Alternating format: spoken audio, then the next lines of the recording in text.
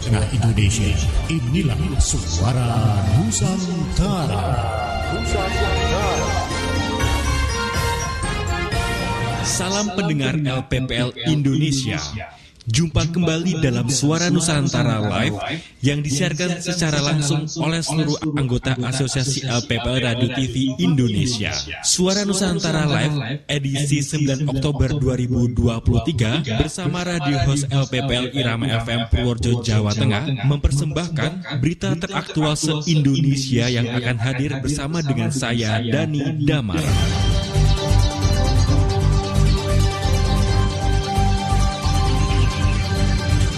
Pendengar Suara Nusantara Live, di sesi pertama datang kabar dari LPPL Kandaga FM dengan berita dorong percepatan pemerataan pembangunan di Kabupaten Bandung, Pemkab Bandung luncurkan PSPKB. Reporter Asri Kandaga, silakan dengan laporan Anda. Program Sinergitas Pembangunan Kelurahan Bedas atau PSPKB, melalui program ini Bupati Bandung akan menggelontorkan bantuan alokasi anggaran pembangunan minimal 100 juta rupiah per rukun warga atau RW di setiap kelurahan. Program PSPKB ini didasarkan pada Peraturan Bupati atau Perbuk nomor 249 tahun 2023 tentang pelaksanaan program sinergitas pembangunan Kelurahan Bedas atau disingkat PSPKB. Program ini merupakan salah satu inovasi Pemkab Bandung untuk mengakselerasi pembangunan di kelurahan melalui pelibatan aktif masyarakat dengan mewujudkan sinergitas kinerja aparatur pemerintahan dengan lembaga kemasyarakatan kelurahan dalam pembangunan sarana prasarana dan pemberdayaan masyarakat berupa alokasi anggaran minimal 100 juta rupiah per RW di setiap kelurahan. Bupati Bandung Dadang Supriyatna menyatakan melalui program tersebut pihaknya telah mengalokasikan anggaran sebesar 17,6 miliar rupiah yang diperuntukkan untuk 176 rukun warga atau RW di 10 kelurahan di Kabupaten Bandung. Dadang Supriyatna menyatakan program ini sengaja diluncurkan mengingat saat ini anggaran pembangunan di setiap kelurahan terbilang minim bila dibandingkan dengan alokasi dana desa atau ADD. Akibatnya kegiatan pembangunan di kelurahan sedikit lambat dibandingkan pembangunan di desa-desa. Karena itu, setiap RW dituntut untuk mengajukan program kreatifnya dalam membangun wilayahnya masing-masing. Demikian tadi informasi dari Kabupaten Bandung. Saya Asri dari LPPL 100,8 FM Kandaga melaporkan untuk Suara Nusantara. Terima kasih reporter Asri Kandaga atas laporan Anda dan pendengar. Berita selanjutnya berasal dari Radio RCL Sukabumi dengan berita Bupati dukung peningkatan produksi dan hilirisasi sorghum untuk ketahanan pangan nasional. Reporter Aska, silakan dengan laporan Anda. Saatnya Suara Nusantara disampaikan oleh Radio Citra Lestari RCL 95,7 FM Kabupaten Sukabumi, Jawa Barat bersama saya Aska Perdana. Bupati Sukabumi dukung peningkatan produksi dan hilirisasi sorghum untuk ketahanan pangan nasional. Bupati Sukabumi Haji Marwan Hamami mendukung peningkatan produksi dan hilirisasi tanaman sorghum sebagai alternatif pengganti gandum dan diversifikasi makanan pokok untuk menjaga ketahanan pangan nasional yang dikembangkan oleh PT Mandiri Agro Solusi Indonesia di Desa Kertajaya, Kecamatan Simpenan. Demikian disampaikan Bupati Sukabumi saat musyawarah bersama PT Mandiri Agro Solusi Indonesia di lahan perkebunan sorghum Desa Kertajaya, Kecamatan Simpenan, Minggu 8 Oktober 2023. Bupati Sukabumi Haji Marwan Hamami mengaku bersyukur tengah dikembangkannya perkebunan sorghum di lahan seluas 50 hektar di Kabupaten Sukabumi dengan target 580 hektar untuk terus dikembangkan. Bupati pun mengaku sangat terbuka jika diperlukan perluasan lahan untuk penanaman sorghum karena menurutnya Kabupaten Sukabumi memiliki banyak lahan yang tidak produktif untuk difungsikan pengembangan pertanian. Direktur PT Mandiri Agro Solusi Indonesia, Muhammad Henry Sultan Caniago menjelaskan, kandungan protein dan karbohidrat dalam biji sorghum cukup tinggi. Selain itu, dibandingkan bahan pangan lainnya, penanaman dan perawatan sorghum juga lebih mudah, serta sorghum juga mampu bertahan di lahan kering sehingga tidak memerlukan banyak air. Sorghum juga merupakan tanaman toleran terhadap kekeringan dan tidak memerlukan banyak air selama pertumbuhannya, sehingga sorghum adalah tumbuhan yang tepat untuk lahan rawan kekeringan. Dalam kesempatan tersebut secara simbolis, dilakukan penyerahan beras sorghum dari PT Mandri Agrosolusi Indonesia kepada Bupati Sukabumi, acara dilanjutkan dengan peninjauan lokasi penanaman sorghum. Demikian, Suara Nusantara disampaikan Radio Citra Lestari RCL 95,7 FM Kabupaten Sukabumi, Jawa Barat. Terima kasih reporter Aska atas laporan Anda. Dan pendengar, berita selanjutnya datang kabar dari Rapenda Pringsewu FM dengan berita wisata Jinglong di Kecamatan Pagelaran Utara, Kabupaten Pringsewu berpasir putih bak pantai laut dengan panorama indah menawan. Reporter Anton Hapsara, silakan dengan laporan Anda. Berpasir putih bak pantai laut dengan airnya yang jernih mengalir, ditambah panorama alam yang indah, itulah Jinglong, sebuah tempat wisata alam yang ramai dikunjungi warga, terutama pada setiap akhir pekan, Sabtu dan Minggu. Bukan hanya warga tempatan, tetapi juga dari luar wilayah. Wisata Jinglong terletak di Dusun Jinglong, Pekon Fajar Mulia, Kecamatan Pagelaran Utara, Kabupaten Pringsewu, berjarak sekitar 20 km dari ibu kota Kabupaten Pringsewu. Dapat ditempuh melalui dua rute, yakni melalui Pasar Banyumas, Kecamatan Banyumas menuju arah Pekon Fajar Mulia, Kecamatan Pagelaran Utara, serta melalui Pasar Pekon Margosari, Kecamatan Pagelaran Utara. Namun bagi yang membawa kendaraan roda 4 disarankan melalui Pekon Giri Tunggal Fajar Mulia. Wisata Jinglong sebenarnya adalah aliran sungai Waiwaya yang mengalir di wilayah tersebut. Para pengunjung memanfaatkan aliran sungai yang jernih dan berpasir putih untuk mandi dan bermain di air, terutama anak-anak, karena sungainya yang dangkal dan landai. Di tempat ini, warga setempat memanfaatkan ramainya pengunjung dengan menyewakan ban dan sebagian membuka kedai-kedai makanan dan minuman yang jumlahnya cukup banyak di sepanjang pinggiran sungai. Camat Pagelaran Utara Zainal Abidin mengatakan wisata Jinglong sebenarnya sudah ada sejak lama, namun baru viral belakangan. Dengan suasana yang masih asri dan sejuk, dengan pemandangan masih alami, dengan dikelilingi pegunungan, tempat ini ramai dikunjungi bukan hanya oleh masyarakat Pringsewu, tetapi juga oleh masyarakat dari luar daerah seperti Lampung Tengah, Pesawaran, dan Tanggamus. Sahabat semuanya, sekarang kita sampaikan tentang objek wisata yang lagi viral di Pekon Fajar Mulia di Kecamatan Pagelaran Utara, namanya Taman Wisata Jinglong yang sekarang lagi berada di masyarakat. Taman Wisata Jinglong merupakan aliran sungai Waiwaya yang letaknya di Pekon Fajar Mulia di Dusun Jinglong. Jadi luar biasa keindahan kita lihat di situ. Batu-batu hamparan pasir yang luas, kemudian aliran sungai yang sangat bening, kemudian dikelilingi dengan pegunungan, sehingga asik sekali untuk pemandian anak-anak di sana. Kemudian tempat parkirnya juga luas, area bermain anak-anak untuk mandi.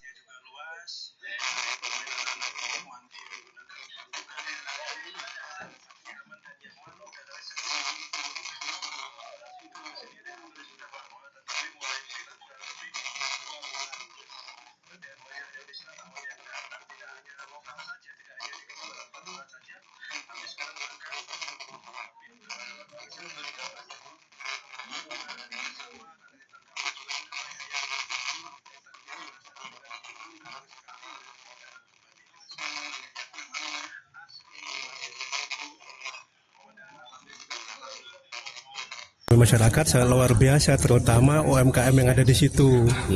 Jadi UMKM yang ada di situ memang menjajakan produknya di lingkungan Pak wisata yang ada di wisata Jinglong.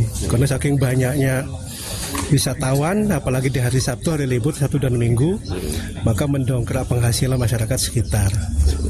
Harapan ke depan saya sudah sampaikan ke dinas terkait di Dinas Pariwisata, Dinas Pemuda dan Pariwisata, supaya wisata Jinglong ini dikelola tidak hanya dikelola oleh masyarakat, tetapi dibuat semacam ada Pokdarwis, kelompok sadar wisata, sehingga nantinya mereka itulah yang mengelola wisata Jinglong dengan dibina oleh Dinas Pariwisata Kabupaten Pringsewu. Keberadaan wisata Jinglong ternyata juga banyak berdampak positif bagi masyarakat, khususnya UMKM, di mana banyak masyarakat yang menjajakan produk atau dagangannya, seperti kerajinan, produk makanan maupun minuman, sehingga mampu mendongkrak pendapatan warga sekitar. Pihaknya berharap ke depan, objek wisata Jinglong dapat dikelola oleh pemerintah daerah atau dapat dibentuk Pokdarwis dengan pembinaan dari Dinas Pemuda, Olahraga, dan Pariwisata Kabupaten Pringsewu. Dari Pringsewu, Isnanto Apsara melaporkan. Pendengar, Informasi dari LPPL Rapenda Pringsewu menjadi berita terakhir di sesi pertama di Suara Nusantara Live. Selanjutnya akan masih banyak berita yang dihadirkan di Suara Nusantara Live bersama saya Dani Damara di sesi kedua.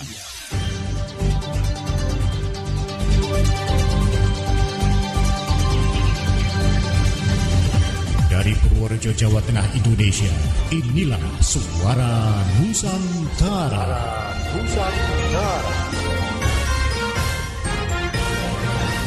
Terima kasih Anda masih menyimak Suara Nusantara Live. Masih bersama saya Dani Damara sebagai radio host dari LPPL.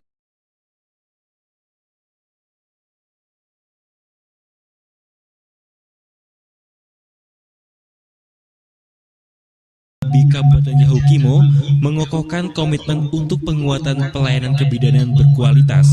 Reporter Paul Karma, silakan dengan laporan Anda. Pendengar Ikatan Bidang Indonesia IB Kabupaten Yahukimo belum lama ini menggelar rapat kerja cabang pertama di tahun 2023 dengan tema dengan semangat rapat kerja cabang 1 kita satukan langkah dalam transformasi kesehatan untuk penguatan pelayanan kebidanan berkesinambungan berbasis bukti.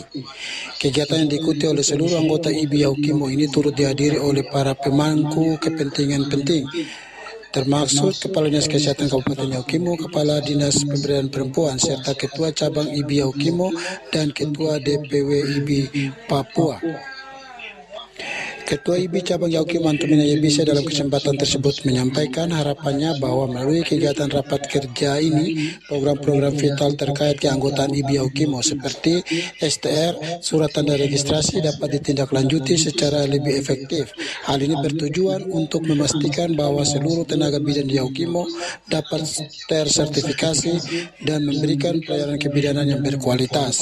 Selain itu, melalui rapat kerja ini, IB Yahukimo bertekad untuk menyusun program kerja yang akan membawa mereka menuju rapat kerja nasional IB tahun 2024. Langkah ini diambil dengan tujuan untuk memastikan bahwa Yahukimo turut berkontribusi dalam pembentukan kebijakan dan standar pelayanan kebidanan di tingkat nasional. Terima kasih. Maksud kegiatan hari ini yaitu kami mengevaluasi program kerja kami selama 1 tahun kami dilantik, yaitu terhitung sejak tanggal 9 Juni 2022 sampai dengan tanggal 9 Juni 2023 ini. Memang sebenarnya harus 5 tahun baru kami ada di periode tengah ini, tapi karena kami masuk pada akhir periode, maka kami ambil 1 tahun ini untuk kami evaluasi. Rencananya kami evaluasi hari ini program kerja yang kami sudah laksanakan mungkin cuma beberapa, tapi tetap kami pertanggungjawabkan. Lalu kami persiapkan rencana ke depan untuk beberapa bulan berjalan ini, karena mungkin tahun depan periode kami sudah berakhir. Kami menyesuaikan dengan aturan yang ada. Lalu kami mempersiapkan untuk evaluasi Kongres IB yang dilakukan pada tanggal 31 Oktober sampai dengan tanggal 5 November. Kami usahakan menyiapkan materi atau usulan kami juga harus sampaikan di sana. Lalu dengan adanya raker ini, kekurangan kami seperti kami punya KPA, tanda keanggotaan, STR yang belum merata atau kami sendiri belum punya, beberapa yang baru punya kami bisa lebih tertibkan lagi. Itu menjadi program prioritas di kegiatan nasional. Iya, karena kalau kami bidan tidak memiliki STR, berarti pelayanan sebenarnya kami tidak dibolehkan karena tidak berkompetensi.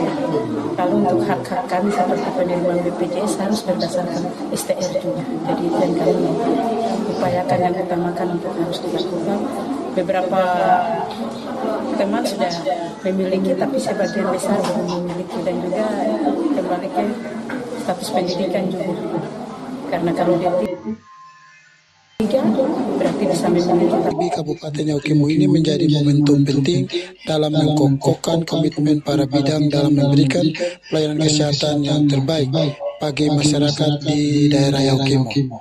Paul Karma, Radio Bumi Sumuhai, Kabupaten Yahukimo, Provinsi Papua Pegunungan melaporkan. Baik pendengar, berita selanjutnya datang kabar dari Sturada FM Kerawang dengan berita Penandatanganan kesepakatan pengintegrasian data pertanahan PBBP 2 antara Pemkab dengan BPN Karawang. Reporter Bung Tris, silakan dengan laporan Anda. Pemerintah Kabupaten Karawang melaksanakan penandatanganan kesepakatan dan rencana kerja dengan Kantor Pertanahan Kabupaten Karawang di Plaza Pemda Karawang, Jumat 6 Oktober 2023. Kegiatan tersebut dalam rangka optimalisasi pendapatan pajak daerah, khususnya dari sektor pajak bumi bangunan pedesaan dan perkotaan PBB P2, sehingga Badan Pendapatan Daerah Kabupaten Karawang akan melaksanakan pemutakhiran basis data PBB P2 melalui pendapatan data pertanahan kolaborasi dengan Kantor Pertanahan Kabupaten Karawang. Adapun kesepakatan dan rencana kerja antara pemerintah Kabupaten Karawang dengan Kantor Pertanahan Kabupaten Karawang tentang pengintegrasian data pertanahan dengan pajak bumi dan bangunan perkotaan, pedesaan, dan bea perolehan hak atas tanah dan bangunan di Kabupaten Karawang. Senada dengan hal tersebut, Wakil Bupati Karawang Haji Aib Saipullah berharap sinergitas yang terjalin mampu dipertahankan dengan baik demi kemajuan Kabupaten Karawang di masa depan. Alhamdulillah, pada hari ini dilakukan penandatanganan antara Pemda dan BPN. Mudah-mudahan sinergitas ini terjalin dengan baik ke depannya, ujarnya. Selain penandatanganan, dilakukan pula senam pagi jajaran ASN di lingkungan pemerintah Kabupaten Karawang. Saya Bung Tris dari LPPL Sturada Bangkal Perjuangan Karawang melaporkan untuk Suara Nusantara Live. Baik pendengar, informasi terakhir dari LPPL Irama FM Purworejo, Jawa Tengah dengan berita Dinas PUPR Purworejo targetkan pembangunan jalan dan jembatan rampung pada bulan Desember. Reporter Rizky Amelia, silakan dengan laporan Anda. Dinas PUPR Kabupaten Purworejo menargetkan sejumlah pembangunan fisik berupa peningkatan jalan dan jembatan selesai tepat waktu. Saat ini proses pengerjaan tengah dilakukan dan ditargetkan semuanya akan rampung pada Desember 2023. Capaian PUPR di bulan September 2023 secara keseluruhan baik dari jalan, jembatan, gedung, kemudian irigasi mencapai 58%. Namun untuk beberapa paket, ruas jalan Kalimenang Purbayan sudah 100%. Karena secara akumulasi kontrak kerjanya sampai dengan pertengahan Desember. Kedepannya kegiatan akan terselesaikan sesuai dengan target. Begitu disampaikan Kepala Dinas PUPR Kabupaten Purworejo Suranto SOS MPA pada Jumat 6 Oktober 2023. Tahun ini Kabupaten Purworejo tidak mendapatkan dana alokasi khusus untuk pembangunan jalan dan jembatan. Anggaran peningkatan sejumlah ruas jalan dan jembatan di Kabupaten Purworejo berasal dari APBD Kabupaten senilai 12 miliar serta bantuan keuangan Provinsi Jawa Tengah senilai 16,7 miliar. Bantuan keuangan provinsi dialokasikan untuk peningkatan 4 ruas jalan dan 1 jembatan. Kemudian dana APBD Kabupaten digunakan untuk peningkatan beberapa ruas jalan dan pemeliharaan secara berkala. Suranto menjelaskan pembangunan infrastruktur jembatan dan jalan untuk membantu Bupati Purworejo dalam melayani masyarakat. Salah satunya melaksanakan visi misi kelima yaitu infrastruktur yang handal. Tentunya selain itu juga agar lalu lintas masyarakat lancar, arus perekonomian juga lancar karena jalan dan jembatan bagian yang vital bagi kehidupan masyarakat terutama daerah di wilayah pegunungan. Demikian informasi dari Kabupaten Purworejo, Jawa Tengah. Saya Rizky Amelia dari LPPL Radio Irama FM Purworejo melaporkan untuk Suara Nusantara Live. Pendengar LPPL Indonesia, berita dari LPPL Radio Irama FM Purworejo, Jawa Tengah sekaligus menutup Suara Nusantara Live pada edisi 9 Oktober 2023. Saya Dani Damara dari LPPL Irama FM Purworejo, Jawa Tengah sebagai radio host mengucapkan terima kasih dan sampai jumpa.